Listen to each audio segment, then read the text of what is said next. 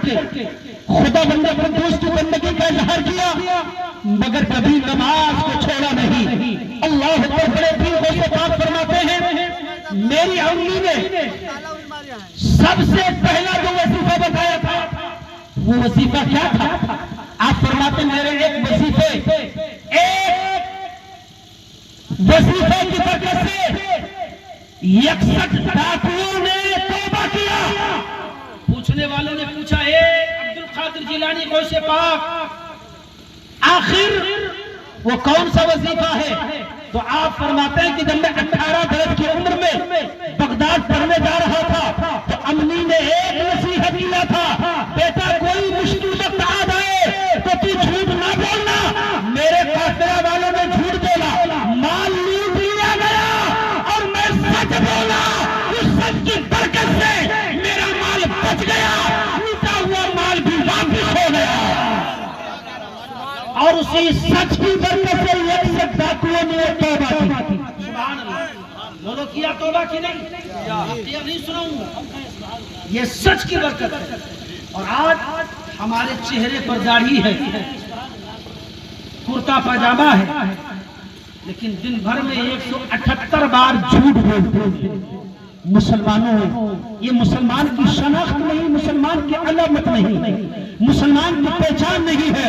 अगर तुम सच बोलोगे, एक जुमला दे रहा हूं, उलमाए ज़मीन एहतराम तशरीफ रखते हैं, बुजुर्गों ने फरमाया है कि जो सच बोलेगा, और सच बोलना ये वलियों की सिफत है। कहो सुभान अल्लाह। सच बोलना ये वली की सिफत है। तो आप फरमाते हैं कि जो सच बोलेगा अल्लाह सच की बरकतें अता फरमाएगा। अगर एक पीर सच बोलेगा तो उसका असर मुरीदों पर पड़ेगा, और अगर उसके मुरीद सच बोलेंगे तो रब्बे कदीर उस सच की बरकत से पीर की अजमत को बुलंद कर देगा। कहो सुभान अल्लाह। अगर मुरीद सच बोलेंगे तो पीर के मकाम को अल्लाह बुलंद कर देगा। एक उस्ताद जब सच बोला करता है तो सच की बरकतें तलबा पर मिला करती है, और जब तलबा सच बोलना शुरू कर देते हैं तो रब्बे कदीर तलबा के सच की बरकत से उस्ताद के मकाम को बुलंद कर देता है। एक बाप जब सच बोला करता है तो उस बाप को सच बोलने की बरकत है औलाद को मिला करती है, और जब औलाद सच बोला करती है तो रब्बे कदीर उस सच की बरकत से माँ बाप के दर्जात को बुलंद कर दिया करता है। इंशाअल्लाह हम सच बोलेंगे। कहिए इंशाअल्लाह, जोर से बोलो इंशाअल्लाह। इंशाअल्लाह ताला सच बोलेंगे। और गौसे आज़म अब्दुल कादिर जिलानी के पैगामात तो बहुत हैं, मगर दूसरा पैगाम ये भी है, वाकया तो मैं महीनों सुना सकता हूँ गौसे आज़म का। ये बुजुर्गान दिन का बहुत बड़ा करम है, बस शर्त यह है मिजाज बन जाए। वाकया सुनाना मुश्किल नहीं है।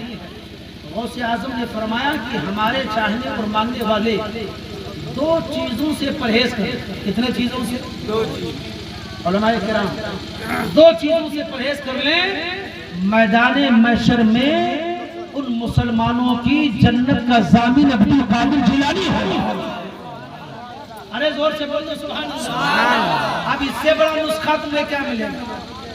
अब जन्नत की जामिन हम नहीं दे रहे, गौसे पाक दे रहे हैं। बोलो अमल करोगे इंशाअल्लाह। गौसे पाक फरमाते अगर मेरे नाना का उम्मती सच बोलना शुरू कर दे, अगर मेरे नाना का उम्मती हराम खाना बंद कर दे, तो मैं कल मैदान महशर में उम्मत मुहम्मदिया की शफाअत का ज़ामिन बनता हुआ। अल्लाहु अकबर। इंशाअल्लाह ताला हम लोग सच बोलेंगे। बोलो इंशाअल्लाह। हराम नहीं खाएंगे। बोलो हराम। अरे बोलो, वादा कर रहे तो सुबह सट्टा कौन खेलेगा? जुआ कौन खेलेगा? हैं? ताश के पत्ते कौन खेलेंगे? सच और हराम दोनों चीजों को, सच को अपना लो, हराम को छोड़ दो, हलाल को अपना लो। कसबुल हलाल वाजिबुन अला कुल्ले मुस्लिम व मुस्लिमा। आका फरमाते हलाल रोजी का तलब करना हर मुसलमान मर्द और औरत पर वाजिब और जरूरी है। ए लोगों, अगर यही हराम की बात होती, देखो गौसे पाक ने कितना बड़ा फरमान जारी किया है और कितना बड़ा पैगाम है।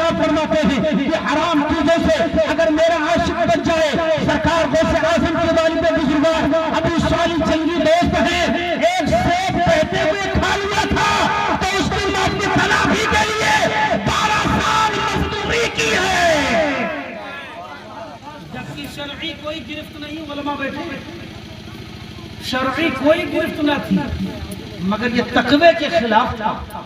जब इस तरीके से जब कोई बाप तकवा इख्तियार करता है तो ऐसों के आंगन में जब फूल खिलता है तो ज़माना रसूल अब्दुल कादिर जिलानी के नाम से जाना। अल्लाह अकबर।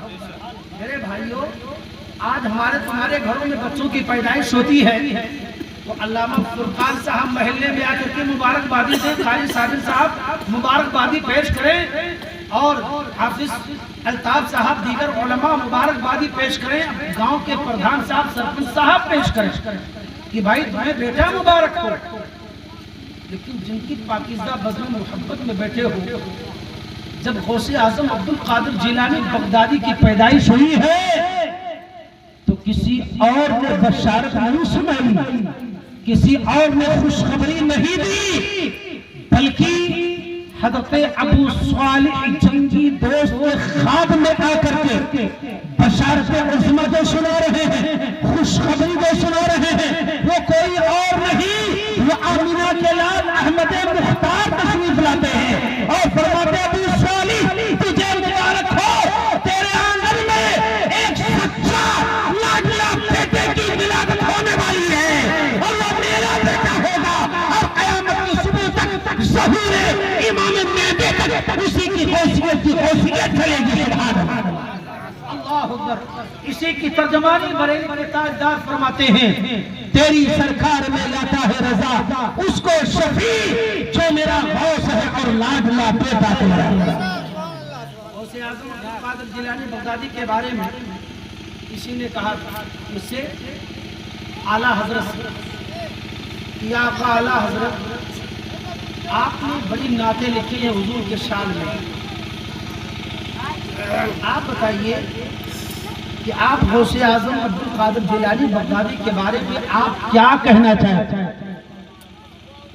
सरकार आला फरमाते क्या कहना चाहते हैं? कहा कुछ कहेंगे? सरकार आला के इश्क पर कुर्बान जाओ।